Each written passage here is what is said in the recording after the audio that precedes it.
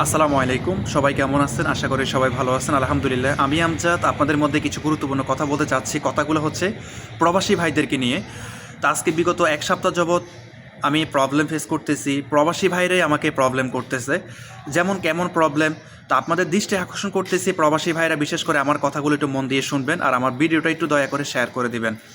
তো ভাই, আপনারা অনেকেই আছেন প্রবাসী ভাইরা, আমার ভিডিও দেখেন, ভালো ভালো কমেন্ট করেন, ভিডিও শেয়ার করেন, এমনকি আমার ইনবক্সের মাধ্যমে ভয়েস দেন, মেসেজ করেন। অনেক প্রবাসী ভাই মেসেজ করেন, সব মেসেজ রিপ্লাই দিতে আমি পারি না। তো ভাই, যেহেতু আমি আপনাদেরকে চিনি না, তো প্রবাসী ভাইরা হচ্ছে নিরুপায়।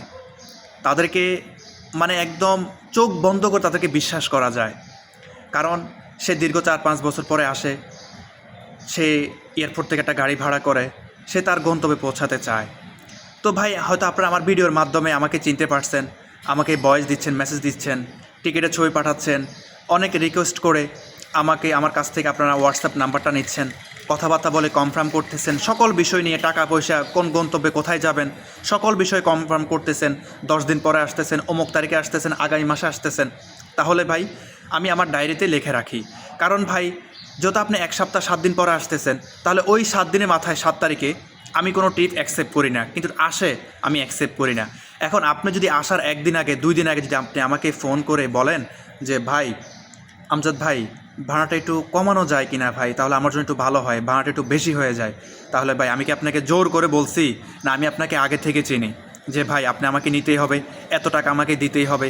আপনি নিজ ইচ্ছাকৃতভাবে আপনি আমাকে নক দিলেন, আমাকে ফ্লাইটের টিকিট পাঠালেন, সব কিছু কনফার্ম করলেন। এখন 1 দিন আগে, 2 দিন আগে যদি আপনি আমাকে বলেন এই কথা, তাহলে আমি কি একটু ক্ষতিগ্রস্ত হই না? আপনারাই বলেন, আপনাদের বিচারে কী বলে সেটা আপনারাই অবশ্যই আমাকে কমেন্টের মাধ্যমে জানাবেন। তো ভাই, দয়া করে আমার এই ক্ষতিটা আপনারা করবেন না। আপনারা যারা নিয়ত পরিষ্কার করে যে আমাকে নিতে চান, যে এত টাকা হলে আপনাদের পোষাবে, এত টাকা হলে পোষাবে না, ঠিক আছে, নিতে চান ভাই, তারাই একমাত্র মনে করলেন যে আমার সাথে ভালো করে কনফার্ম করবেন। কিন্তু পরবর্তীতে ভাই আমার এই ক্ষতিটা আপনারা কইরেন না ভাই। কারণ আপনারা প্রবাসী ভাই, আপনাদেরকে অন্ধের মতো বিশ্বাস করি। কারণ অনেক প্রবাসী ভাইরা আছেন, 100%-এর মধ্যে 70% প্রবাসী ভাইরা আপনারা এয়ারপোর্ট থেকে গাড়ি ভাড়া করে বাংলাদেশের বিভিন্ন প্রান্তে যেয়ে থাকেন। সেই ক্ষেত্রে আমি আমজাদ আপনাদের মাঝে কন্টিনিউ প্রবাসী ভাইদেরকে প্রাধান্য দিয়ে থাকি বেশি। আর আমার কী গাড়ি সেটা হয়তো আপনারা আমার ভিডিওর মাধ্যমে দেখছেন। কারণ সাধারণত এয়ারপোর্টের মধ্যে প্রবক্স, 110, করোলা, সাধারণত এইসব গাড়ির মধ্যে কোনো এসি থাকে না, আর সেফটি তো থাকে না। আর আমার এলিয়ন গাড়ি, আমি কন্টিনিউ চেষ্টা করি একটা প্রবাসী ভাইদেরকে, যে কোনো যাত্রীদেরকে নেওয়ার পরে 100% এসি দিয়ে তার গন্তব্যে পৌঁছানো আগ পর্যন্ত আমি কন্টিনিউ এসি চালিয়ে থাকি। ঠিক আছে ভাই? তো দয়া করে ভাই, আমার সাথে গাড়ি কনফার্ম করে 10 দিন আগে, 1 সপ্তাহ আগে, 1 দিন আগে আমাকে মানা করে দেবেন। কিছু ভাড়া কমানোর জন্য, নাহলে অন্যদিকে ব্যবস্থা করবেন। আমার এই ক্ষতিটা কইরেন না ভাই, ঠিক আছে? আমার ক্ষতি করে আপনাদের কোনো লাভ হবে না ভাই, ঠিক আছে? তো সকলে ভালো থাকবেন।